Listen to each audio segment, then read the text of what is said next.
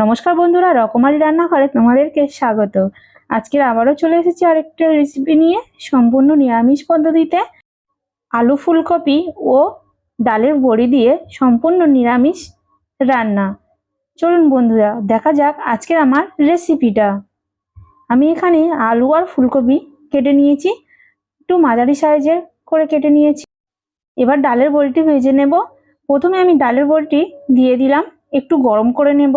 নিয়ে একটু নাড়াচাড়া করে গরম করে নেওয়ার পর এবার দিয়ে দেব সর্ষের তেল।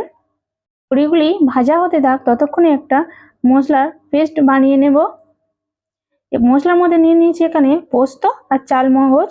চালমগজটি একটু জল দিয়ে আমি কিছুক্ষণের জন্য ভিজিয়ে রাখবো। আর আমি ভিজিয়ে রাখার পর পেস্ট করে নেব। আরও একটা মশলার মধ্যে আমি নিয়ে নিলাম কাঁচা লঙ্কা আর আদা কুচি আর 1 চামচ জিরে। নিয়ে আমি একটা মিক্সিং জারে একটা পেস্ট বানিয়ে নেব।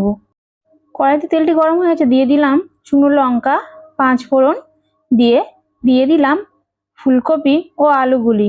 দিয়ে আমি ভালোভাবে একটু নাড়াচাড়া করে রাঙা করে ভেজে নেব ফুলকপি আর আলুগুলি। ফুলকপি আর আলু একটু রাঙা ভাজা হয়ে গেছে। এবার দিয়ে দিলাম আদা আর লঙ্কার যে পেস্টটা আমি করে রেখেছিলাম জিরের, সেটা দিয়ে দিলাম। দিয়ে আবারও একটু নাড়াচাড়া হালকা করে নিলাম। এবার দিয়ে দেবো পরিমাণ মতন হলুদ গুঁড়ো, পরিমাণ মতন লবণ, আর দিয়ে দিলাম লঙ্কার গুঁড়ো 1 চামচ, ছোটো চামচের। কারণ যেহেতু আমি কাঁচা লঙ্কা বেটে দিয়েছি ওই জন্য কম করে দিলাম। আর 1 চামচ দিয়ে দিলাম জিরে ও ধনে গুঁড়ো। আমি বাড়িতে মশলাটি করে রেখেছিলাম তাই দিয়ে দিলাম। এবার সব উপকরণটি সবজির সাথে মাখিয়ে একটু ভাজা ভাজা করে নেব। একটু ভাজা ভাজা হয়ে গেছে, এবার দিয়ে দিলাম জল পরিমাণ মতন সিদ্ধ হওয়ার জন্য। কিছুক্ষণ আমি ঢাকনা দিয়ে রেখে দিলাম সিদ্ধটি হওয়ার জন্য। কিছুক্ষণ পর আমি ঢাকনাটি খুললাম, দেখতেই পাচ্ছ বন্ধুরা অনেকটা হয়ে এসছে। এবার দিয়ে দিলাম বড়িগুলো, ভাজা বড়িগুলি, আর দিয়ে দিলাম পোস্ত আর চালমগজ বাটাটি। দিয়ে আবারও কিছুক্ষণের জন্য একটু ফুটিয়ে নিলাম। আলু ফুলকপির এই রান্নাটি সম্পূর্ণ রেডি হয়ে গেছে, দেখতেই পাচ্ছ বন্ধুরা।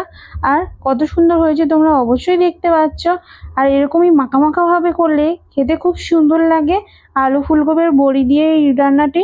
আর তোমরা বাড়িতে অবশ্যই ট্রাই করো বন্ধুরা, এমন প্রসেসে দেখবে নিরামিষ দিনে খেতে খুবই সুন্দর লাগবে। আর অনেকেই তো নিরামিষ খেতে পছন্দ করে না, এরকম প্রসেসে যদি বাড়িতে ট্রাই করো তোমরা দেখবে খেতে খুব সুন্দর লাগবে। আর আমার ভিডিওটি ভালো লাগলে বন্ধুরা লাইক অ্যান্ড সাবস্ক্রাইব করে দিও। আর